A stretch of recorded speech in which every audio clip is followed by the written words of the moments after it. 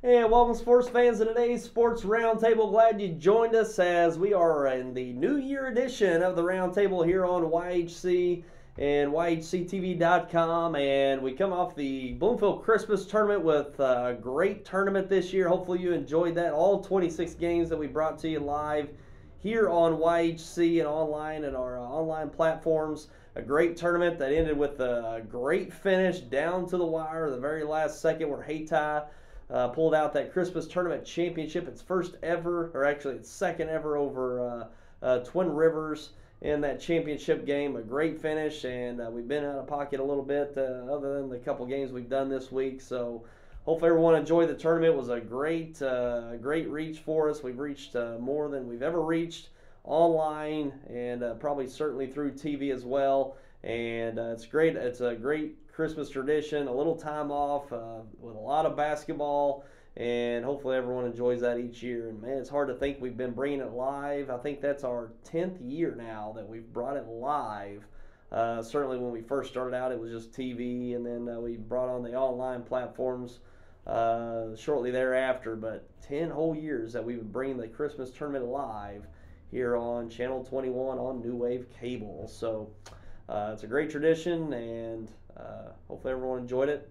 And into the new year of 2019, we've already had a couple games this week that we're going to get to. We're going to show you highlights of our Caruthersville-Malden and Jackson-Kennett broadcasts over the past few nights. Also, we're going to get into some other games that took place in the area the last few nights, getting back into the basketball schedule after the Christmas tournaments and Christmas break.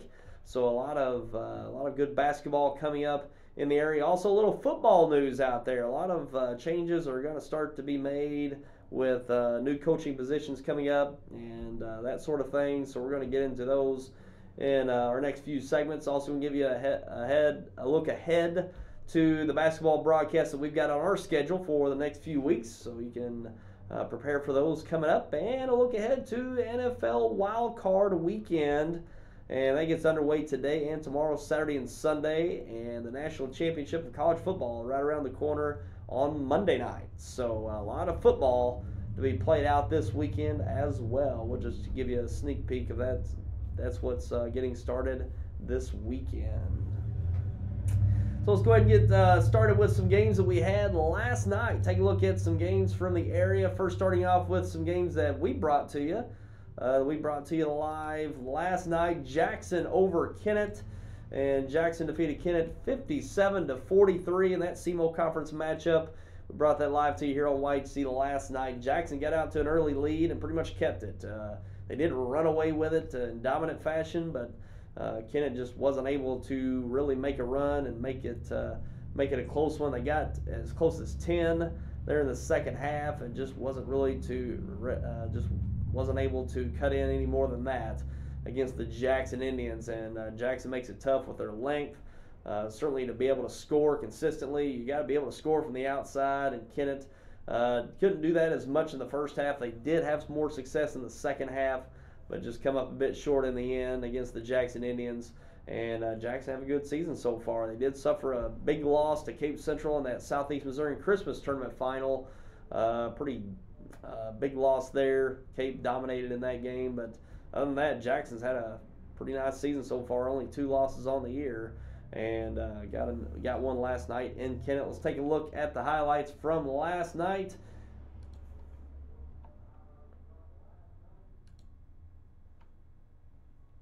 And we see here three-pointer on the right side up and good. Jackson starting to build their lead here early on in the first quarter, as we see. And Hoyam with a nice drive gets a nice finish at the rim. And we see Harrell getting a deep three on the left side, knocking that one down. And nice step through to the basket, getting that one to go.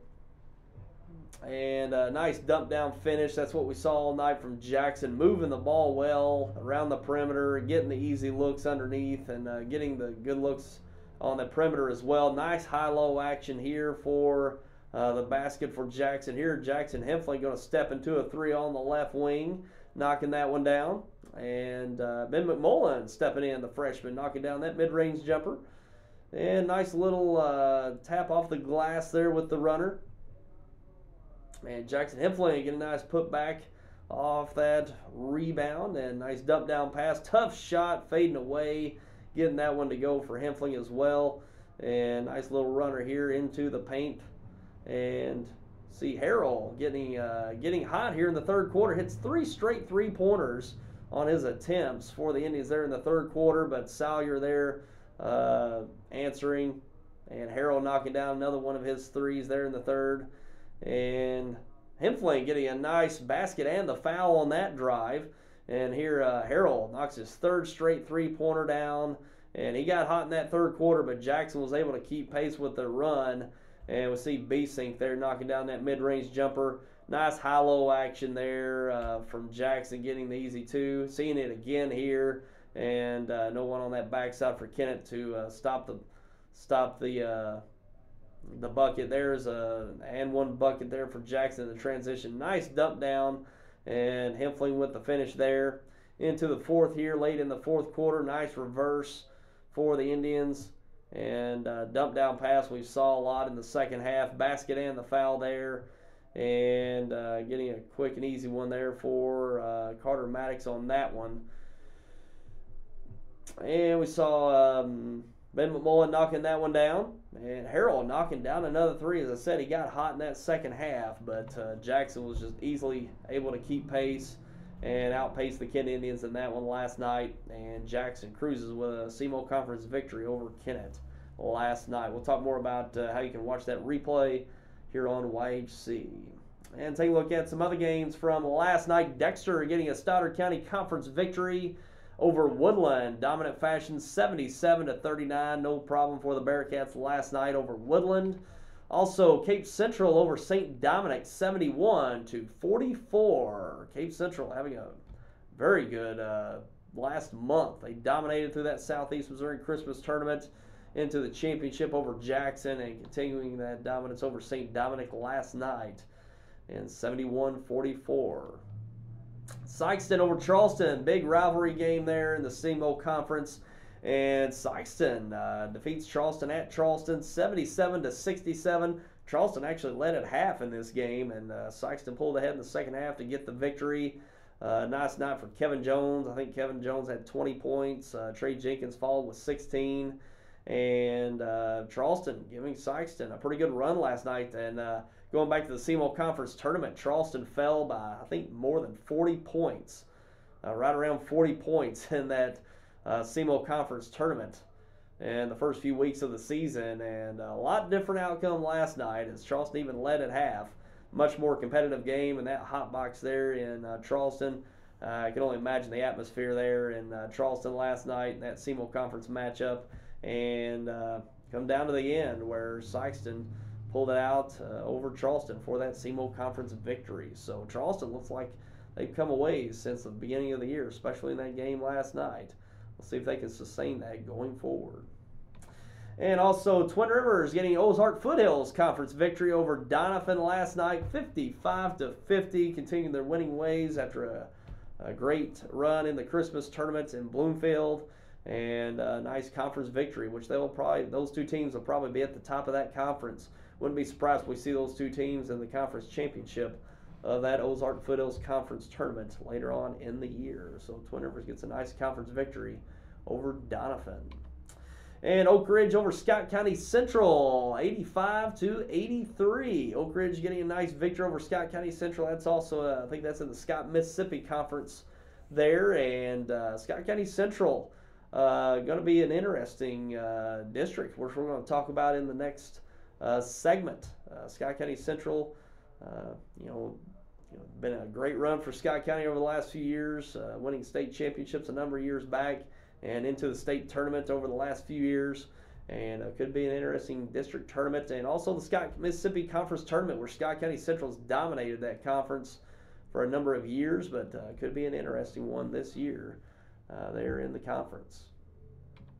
And Richland over Bell City, big, and that one's in the Stoddard County Conference, 81-29. No problem for the Richland Rebels. Much improved team out of Richland this year. Struggled a bit in that Christmas tournament at Bloomfield. Suffered 2 losses and was out of the tournament, but got a dominant victory over Bell City last night in conference play. Puxco over Clarkton in a close one, 63-54. The Puxco Indians securing a win over Clarkton last night. Also, Caruthersville over Portageville in a Boudreaux Conference matchup. And that was a close one, 53-49. Caruthersville victorious over the Portageville Bulldogs. And I figured that would have been a close one. That Boudreaux Conference is going to be very competitive throughout the remainder of the year. We had Caruthersville-Malden, which we'll get to in a moment, from Thursday, and I'm sure they matched up well. Pretty good guard play on both sides of those teams. And Caruthersville getting the narrow victory over Portageville last night. Bernie over Advance in a close one, the Stoddard County Conference, and that was 68-64. Bernie defeating Advance. After a couple good years, they've struggled so far this year, and Bernie's looked quite good and playing and winning third place in that Bloomfield Christmas tournament. And pretty close Stoddard County Conference victory there for Bernie. And that clash with Advance last night. And those two teams always play well. Going back to last year, unbelievable game last year in Bernie. That was in Advance last night. They had Advance defeated Bernie in overtime last year. And close one there in Advance last night. Those two teams always battle it out. Seems like it's always a close game between those two teams. They always match up well as well. They're always good matchup between those two. So Bernie's pulling out that narrow victory over Advance in the conference last night. East Prairie over Bloomfield, and 56-42. East Prairie getting a win over Bloomfield last night.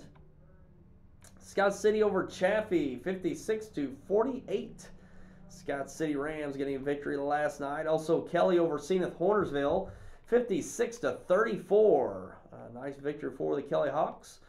South Pemiscot over Malden in a close one in the Boot Hill Conference, 56-53 in a close one. Malden having back-to-back Boot Hill Conference games, Caruthersville Thursday and South Pemiscot Friday last night. And South Pemiscot pulling out a narrow one over Malden by 3. And Oran over Meadow Heights, 58-48. Oran getting a nice victory last night.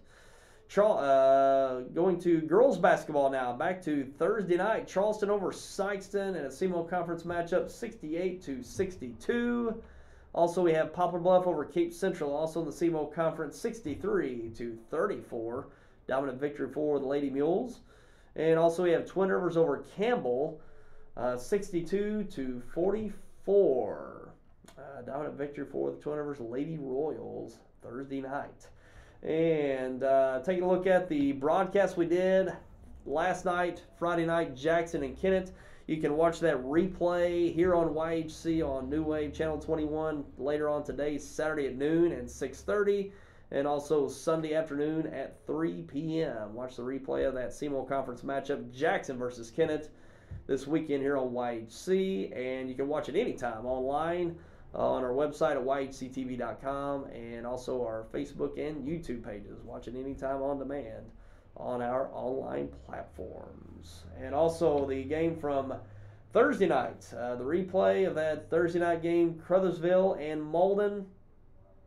You can watch that one replay Saturday at 1:30. Saturday at 1:30, Caruthersville versus Malden. You can also go to our YouTube page online and also at yhctv.com. We don't have that available on our Facebook page. Unable to bring a Facebook Live there Thursday night in Malden, but you can go to our YouTube page and our website at yhctv.com. And we're going to now take a look at some highlights from that game from Thursday night. So let's take a look at that Thursday broadcast from Malden. Boot Hill Conference matchup coming in, and a tough bucket underneath, getting the Malden Green Wave started there. And we see here, nice dump down pass for an easy 2 for Caruthersville. Excuse me. Ty Miller knocking out a three-pointer on the right wing for the Green Wave. And nice drive to the basket there, DeAndre Davis with the finish for the Tigers. And here, nice finish in the paint. I think that was Dominique Townsend with the finish. And a three-pointer on the left side for the Tigers there. Ty Miller knocking down another 3 on the right side. And we see here Dalton Privet for the Tigers knocking down that three-point shot. And closing out the first quarter here, nice little basket in the paint for the Tigers. And tough finish in the paint. I think Lonnie Hamilton with the finish. And transition bucket here for Caruthersville into the second quarter. We see here DeAndre Davis sizing up that mid-range jumper. And Ty Miller all the way to the basket in the transition. Nice finish there. And nice bucket there by Nick Moore, knocking that one down. On the left side, that's Danny Johnson knocking down the three-point jumper on the left side. And another bucket as that Tiger gets that one to fall. And nice drive to the basket again by Ty Miller, getting that one to fall. Dalton Privet stepping into another three-pointer on the right side. And a little put back in there by the Green Wave to round out the first half. And into the second half, nice bucket in the paint, get the Green Wave started. DeAndre Davis sizing up another mid-range jumper. Good to see him back on the court this year. And nice dish and finish by Castillo for the Green Wave. Three-pointer on the left side, up and in. And Desmond Davis getting a nice bucket there. And a lot of buckets around the rim for the Tigers in this one. They really stayed aggressive towards the basket. And three-pointer there on the left side. And DeAndre Davis knocking down. He's tough at that mid-range jumper in this one. And it's still in the backcourt. This is where Caruthersville started to run away with it in the fourth quarter, getting steals and transition buckets. Dalton Privet with the shot and the and one there. And late in the game here, Marcus Jones, freshman, getting a nice bucket as he had about 8-9 points there in the fourth quarter. There's an and one bucket for the Tigers. And Jones once again with the bucket. Here Lerma driving to the basket and a nice block there. Getting a nice block by Kayvon Smith. And three-pointer up and good for the Green Wave. And going to be another three-pointer. Marcus Jones knocking down that three-pointer. And drive to the basket. Getting that one to go and the foul.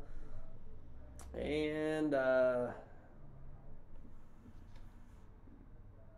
final score there from Malden Thursday night, 78-46. Caruthersville getting the victory over Malden. So a pretty dominant victory for Caruthersville. A close one, a pretty close one throughout. About 2.5 quarters, but late in the third into the fourth, Caruthersville really forced the issue defensively, got some steals, transition buckets, three-point shots were really falling late for Caruthersville, and essentially turnovers what really did in the Malden Green Wave there Thursday night late in the second half. So Boudreaux Conference matchup we brought to you there Thursday from Malden. Again, catch that Sunday afternoon at 1:30 here, or excuse me, Saturday afternoon here, Saturday afternoon at 1:30 here on YHC. And we're going to take our first break, and we're going to come back and take a look at some headlines from the area this week. Some pretty big headlines out there. And we're going to take a break and take a look at those and a look at our broadcast schedule going forward. So we'll be right back. At Glensane, we realize that buying a vehicle is a very big purchase. Our people enjoy visiting with our customers and working every deal to save them money. Customers see these special prices on the internet, but then must have a trade-in, must finance X amount of dollars. At Glensane, we'll show you exactly what price you're going to be giving. We'll show you the Glensane price is better and you'll enjoy your visit. That's what we do at all 4 Glensane locations. Best price, best service. Glensane, and God bless our troops. At Ag Explorer, we're farmers too. So we know that farming's never been a 9-to-5 job. Just like the farmer, we work overtime to bring you whatever it takes. Solutions like InZone help you retain 47% more nitrogen with an overall average increase of 12 bushels per acre. Imagine what InZone can do for you. Ag Explorer.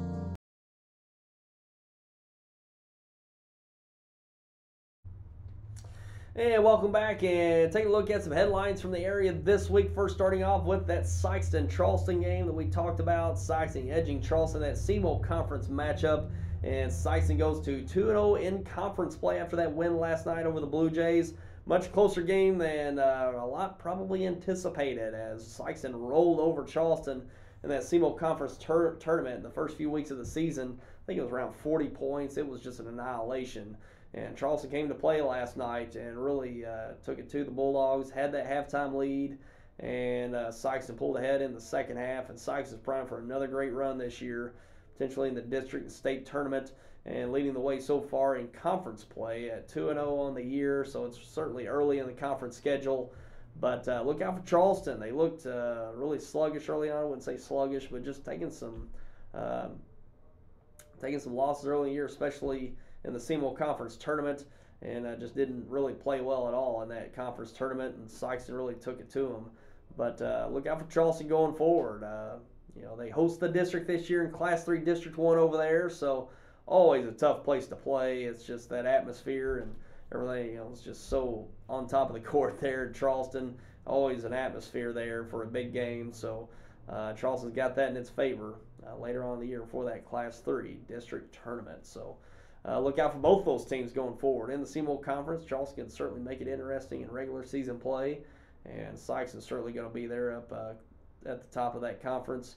And them and Cape Central and Poplar Bluff. They were the three teams that really looked like they were at the top of that conference and separated themselves in that conference tournament. Sikeston, Cape Central, and Poplar Bluff.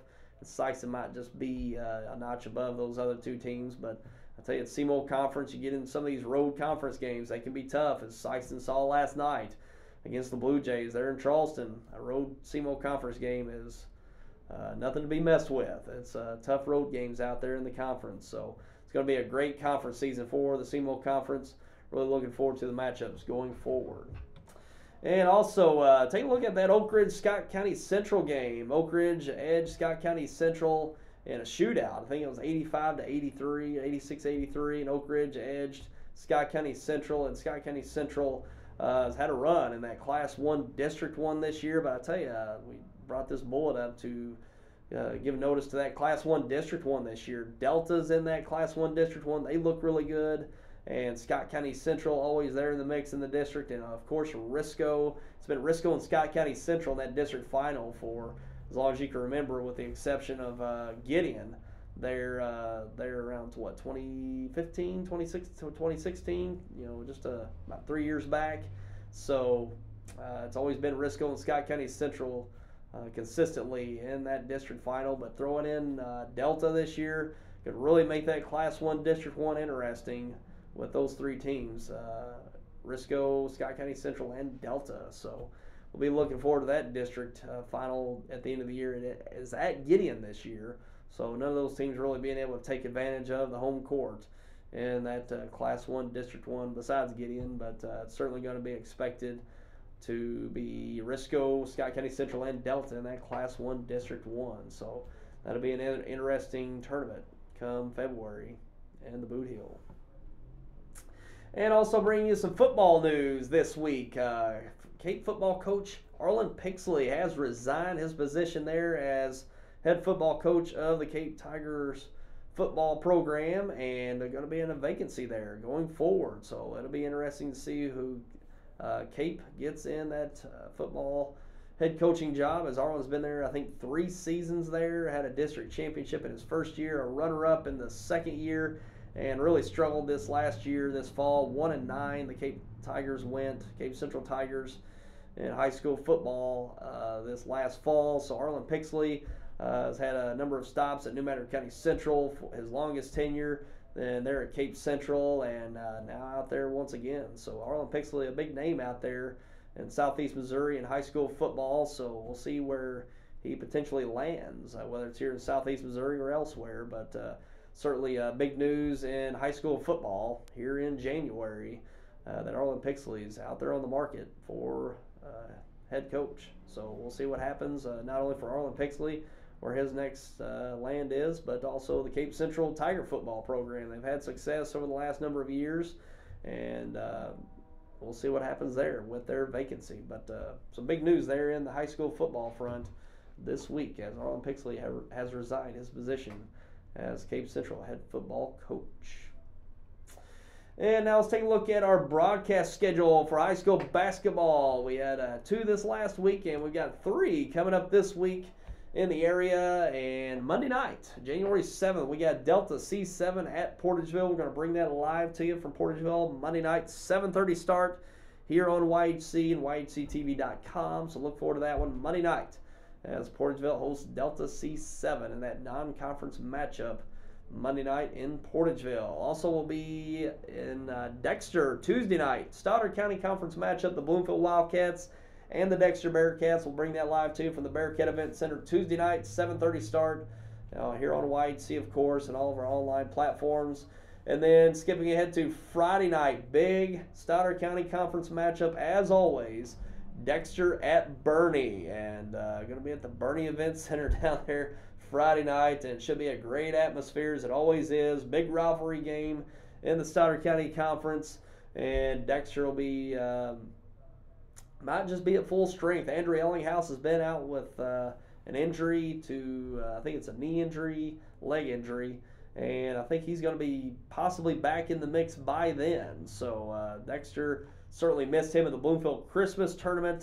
They went 1-2 in that tournament, did the Bearcats, and really missed Andrew Ellinghouse. He's a big part of their team, especially early on in the season, and he will possibly be back by then, and it would certainly be a great matchup if he were able to be with the Bearcats, and the Bearcats at full strength taking on Bernie at Bernie. Always a big matchup there that we always look forward to bringing to you here on YHC. So look forward to that one. Next Friday night, January 11th, live here on YHC and all of our online platforms. Dexter versus Bernie. It's always a good one. And skipping ahead to the next week, we got a Monday night broadcast, Bloomfield at Holcomb. That'll be live from Holcomb there on that Monday night, the 14th. Then Tuesday night, the 15th, we've got Bloomfield at Bernie, another Stoddard County Conference matchup. Then skipping ahead to that Friday night on the 18th, Dexter at New Madrid County Central, and that'll be a Stoddard or a SEMO Conference matchup there at New Madrid on January 18th. So that's a look ahead the next few weeks of the broadcast we're bringing to you here on YHC TV. And we're going to take another break, and we're going to come back and talk some college football national championship and also NFL Wild Card Weekend getting underway here Saturday and tomorrow Sunday. So we're going to come back with that coming up. Over 100 years, that's how long Farm Credit has been there for our friends in the agricultural community. Whether your farm needs an operating line of credit, equipment or farm real estate financing, or crop insurance, Farm Credit has the tools you need to help your operation grow and be successful. We are dedicated to make the extra effort to understand your operation and your needs. Agriculture and Farm Credit is here to stay. Stop by or give us a call and let us help you find the best solutions for your operation's success. If you or your loved one has disabilities that cause you to need a little help, Boot Hill Area Independent Living Services can provide the assistance you need. At Bales, we want you to have control of your life and assist you in thriving in an independent lifestyle. The Consumer Directed Services Program allows you, the consumer, to choose who assists you in conducting your daily activities. Bales serves Stoddard, Dunklin, New Madrid, and Pemiscot counties. Call or visit our office in Kennett to see how we can help you maintain your independence. Baldwin, Ford, Lincoln, Toyota. Here's the rest of our team. Did you know all new Toyotas come with a lifetime warranty? And all new Fords come with a lifetime warranty. And most pre-owned come with a lifetime warranty. Baldwin, Ford, Lincoln, Toyota, where we all win. With Baldwin.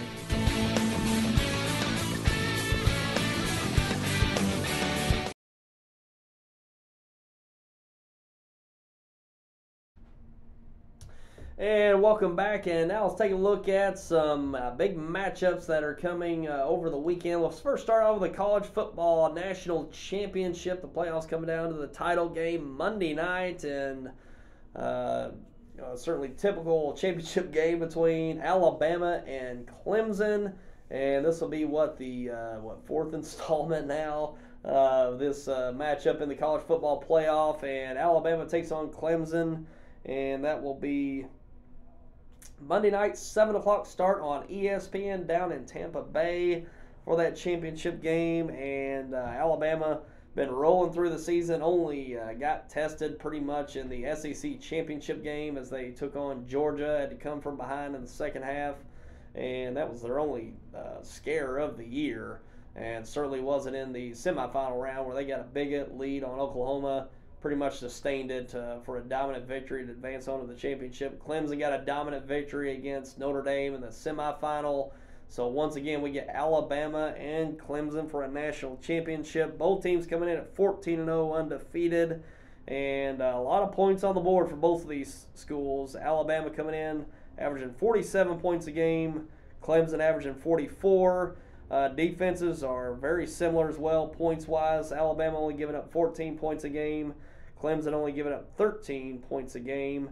And pretty much they mimic each other in total yards per game. Alabama at 527, Clemson at 530, and passing. Alabama does more with the pass, averaging 325 versus Clemson's 274, and Clemson does more on the ground, averaging 256 versus Alabama's 202 yards a game. And just very good teams, both sides. And Alabama coming in at 4.5-point favorites in this one. No surprise there. I think yesterday it was 5, so it's starting to work Clemson's way a bit with the spread. But 4.5-point favorites. I think we're going to get a close one. I think both quarterbacks have played at a high level. I mean, Tua Tagovailoa, 41 touchdowns and 4 interceptions on the year, and over 3,600 yards. Trevor Lawrence on the other side, 27 touchdowns, only 4 interceptions, and 2,900 yards. But big playmakers on both sides of the ball, especially with the aerial attack for Alabama. But I would expect Alabama to really come out, push the ball down the field early, get that early lead, much like they did against Oklahoma, then go to the run game, keep it on the ground, and play ball possession at that point, which that's typical Alabama Crimson Tide football, is ball control, run the ball, sustain drives, put it into the end zone. But with Tua Tagovailoa, that's a different dimension. Go push the ball down the field, get early leads, and then they can go to the ground and pound, ball control, possession, run the clock, and control the game at that point. So it's going to come. I think Trevor Lawrence is going to be the big one to look out in this game. He's got to be able to move the ball up the field with the pass. This defense is so tough to run on, and he's not a big time threat with his legs. So he's going to have to make plays with his arm, and that's how you got to beat Alabama. You do have to mix it up with the run, and it really helps if the quarterback can get out, make plays with the legs. Guys that do that typically have success with Alabama quarterback being able to make plays with his legs. So if play breaks down, being able to get that first down to keep the chains moving, especially when Tua Tagovailoa is on the other side, that can come in and put up points in a hurry. So Lawrence is certainly the guy to look after, and that pretty much for any team going up against Alabama. Can the quarterback on third down, 3rd and 7, 3rd and 8, get that completion to move the chains and keep the ball moving up the field and keep it out of Tagovailoa's hands and that juggernaut of Alabama offense. So that's the matchup I'm looking forward to, and probably on the other side, Clemson has to try to get some early 3-and-outs, or at least get some early punts out of Alabama. You can't just let Alabama come out of the gate, just go 7-0, 14-0, 17-0. You can't let them get that lead, because for one, they can keep putting the points up on you. Not only that, they can go to that run game and play that way. They can take ball control, take the ball or air out of the ball, run the clock, and just allow you not enough time to come back, such as Oklahoma. So that's Clemson. They got to keep Alabama from putting up big points early, much like what they've done in the past. They've just kept it close throughout the whole game and just come down to the end, making the plays in the end. So that's what I expect Clemson to try to do, is try to stay aggressive early. Not allow, probably bring some blitzes early to get Tagovailoa moving, not able to establish a rhythm in that backfield, just to be able to step into his throws. I think they're going to bring some pressure early to try to get him off his spot and just try to disrupt that rhythm early on, because these receivers for Alabama are just unbelievable. Judy and those other guys, they just make so many plays down the field. You just can't allow them to sit back. You can't allow Tua to just sit back in that pocket and just make the throws he wants, because they're going to get open. There's just no question about that. So looking forward to the matchup once again. And Nick Saban looking for history, looking for his 7th national championship. He had passed Bear Bryant. They're both tied at 6. And Nick Saban wading into uncharted territory all by himself. He can pull out this national championship for his 7th national title. Unbelievable. So a lot riding on the game, and we'll be looking forward to that Monday night, 7 o'clock on ESPN. And now going to some NFL matchups. Go to the NFL. Wild Card Weekend gets underway this weekend. Here's Saturday's matchups in the AFC Wild Card today. The Colts at the Texans. AFC South matchup later on today in the afternoon. 3:35 start on ESPN. The Colts at the Texans. And division matchup there. They've already played twice this year. And closely contested games there between those two. So going to be an interesting matchup there. I really don't know what to expect out of this game. Deshaun Watson's played great here, especially in the last half of the season. Andrew Luck's had a great season as well in the last half. The Colts really struggled out of the gate. I think they lost 5 of their first 6, but had a great surge since then. And getting into the playoffs as a wild card team and taking on the division winner Texans on the road, I don't know. It's a tough one to call. Taking a look at the spread here for today's game, Houston's a 2-point favorite, and that sounds about right. Maybe a field goal in this one separates the two, but man, it's just hard to say. The Texans have been inconsistent all year long, but certainly the play of Deshaun Watson in the second half of the year has really made a difference. So, and Andrew Luck's had a great year. 39 touchdowns on the year. Andrew Luck's played great. And the Colts defense has really come a long way. A much improved defense and a much improved offensive line. That's why we've seen Andrew Luck probably get comeback player of the year since he missed all of last year.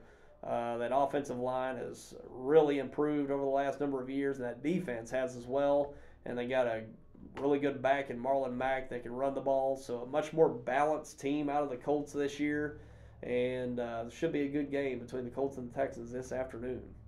And later on this evening, NFC Wild Card, and it's the Seahawks at the Cowboys. Should be a great one. 7:15 start on Fox this evening.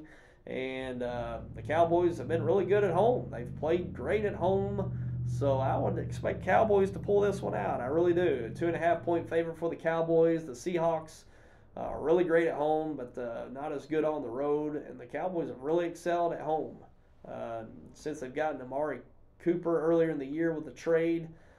Dak Prescott's done very well with him. They've really linked up well. Ezekiel Elliott's run the ball very well once again this year. That offensive line a little bit more banged up, but I think they are going to be a little bit more healthy coming into this one. And that defense has really stepped up for the Cowboys as well. They played great at home. A little different on the road, but at home they really fly to the ball and defend well. So that Cowboys unit really plays well at home. I expect Cowboys to pull that one out, but I think it'll be a great game. Russell Wilson's had a great year. I think he's had 37 touchdowns on the year, something like that.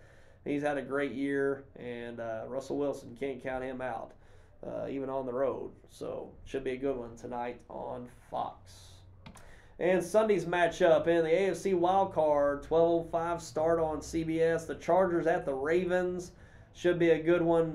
Both teams have had great years, and the Ravens hosting that one. The Chargers just, unfortunate. They had a 12-4 season, and they're a wild card team having to go on the road due to the Chiefs having the tiebreaker. But, the Chargers going to have a tough one on the road. The Ravens run the ball well. Lamar Jackson is that element that's hard to prepare for, and he's passing the ball okay, just okay, good enough, I guess you could say.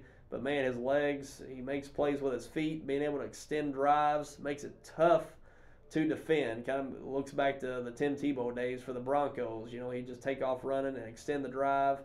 And that's kind of what the Ravens are depending on. And that Ravens got, I think, a top 1 or top 2 defense at home. It's going to be awful tough for the Chargers to move the ball on the road in Baltimore against that defense. But the Chargers got a great roster. They got playmakers all over the board on both sides of the ball. So, on offense, of course, Rivers and Keenan Allen at receiver and Melvin Gordon at running back. And, on the defensive side, Joey Bosa able to get to the quarterback on defense. and it's gonna be a good game. It's gonna be, I think, a low-scoring game, I expect, and I'm not sure about that one. That one's gonna be a tough one to call there, but taking a look at it, 2.5-point favorites for the Ravens. So yeah, I think a field goal could easily decide this one. And Baltimore going to be awful tough at home. So that's going to be a good one to watch there Sunday afternoon. And a big matchup, probably the biggest anticipated matchup of the weekend. The Eagles at the Bears in that NFC wild card Sunday afternoon, 3:40 on NBC. And just rewrite the script here, different year. The Eagles with Nick Foles late in the year coming in. They've looked really good the last few weeks, coming in for Carson Wentz, who's been out with a back injury. And the Bears have looked great. They've got a great defense. They've got an offense that isn't, a juggernaut to say the least. But Mitchell Trubisky's been effective this year. That's what you can say.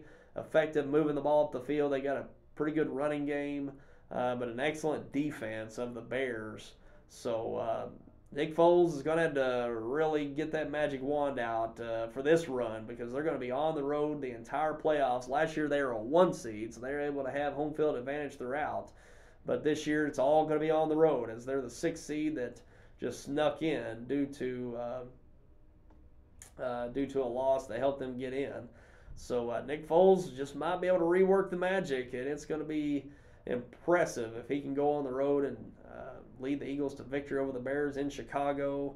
And Chicago is favorites in that one, 6.5-point favorites. That's a pretty sizable spread there, 6.5-point favorites for the Bears in that NFC wild card Sunday afternoon. So big matchups here. I like these matchups, especially really looking forward to that Seahawks-Cowboys matchup, and also that Eagles-Bears matchup. And that Chargers-Ravens one, that's going to be one to really look forward to as well Sunday afternoon. So big matchups here in the wild card. And teams with the top 2 seeds have the byes. In the AFC, the top seed is the Kansas City Chiefs. They're at the number 1 spot. The New England Patriots at the 2 spot. And on the NFC side, the top seed, the top 2 seeds in the NFC. You got the LA Rams in the 2 spot, and the number 1 spot is, golly, get away from me, the New Orleans Saints. New Orleans Saints at the 1 spot, and the Los Angeles Rams at the 2 spot there in the NFC. So they're taking the week off, and they'll be ready for the divisional matchups next week.